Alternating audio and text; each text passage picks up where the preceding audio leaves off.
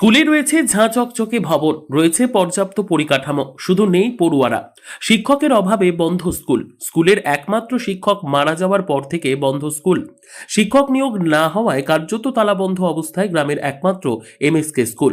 গ্রামে মাধ্যমিক কিংবা উচ্চ মাধ্যমিক বিদ্যালয় না থাকায় পড়ুয়াদের বাধ্য হয়ে যেতে হচ্ছে কয়েক কিলোমিটার দূরে অন্য স্কুলে। সমস্যায় গ্রামের শতাধিক পড়ুয়ারা। মালদহের মানিকচক ব্লকের এনায়েতপুর মোহনা কলোনি এমএসকে বিদ্যালয়ের এমন অবস্থায় ক্ষোভ প্রকাশ করেছেন গ্রামবাসীরা। 2008 সালে তৈরি হয় মোহনা কলোনি এমএসকে স্কুল। স্কুলে নিয়মিত পড়তে আসতেন পড়ুয়ারা। রান্না হতো মিড ডে মিলেও। প্রথম থেকে অষ্টম শ্রেণী পর্যন্ত এই স্কুলেই পড়াশোনা করত পড়ুয়ারা। তবে 2023 সালে বিদ্যালয়ের একমাত্র শিক্ষক মারা যাওয়ার পর থেকে স্কুল বন্ধ হয়ে যায়। এরপর থেকেই সমস্যায় পড়েন গ্রামের পড়ুয়ারা। গ্রামে প্রায় 2000-এর উপরেই লোক হবে। আর একটা এমএসসি স্কুল ছিল। এখন একটাই মাস্টার চালাতো, কিন্তু মাস্টার এখন মারা গেছে প্রায় 1-1.5 বছর হলো। কিন্তু এখন স্কুল প্রায় বন্ধ আছে। ছেলেদের প্রচুর অসুবিধা।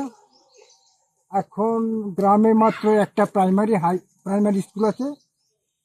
তো এখন ছেলেদেরকে হয়তো দূরে যেতে হয়, শেখপুরা, না হয় এনায়তপুর, না হয় মানিকচক। অনেক অসুবিধা হয়। যদি স্কুলটা রানিং হয়, এইরকম কোনো ব্যবস্থা হয় তো খুব ভালো হতো।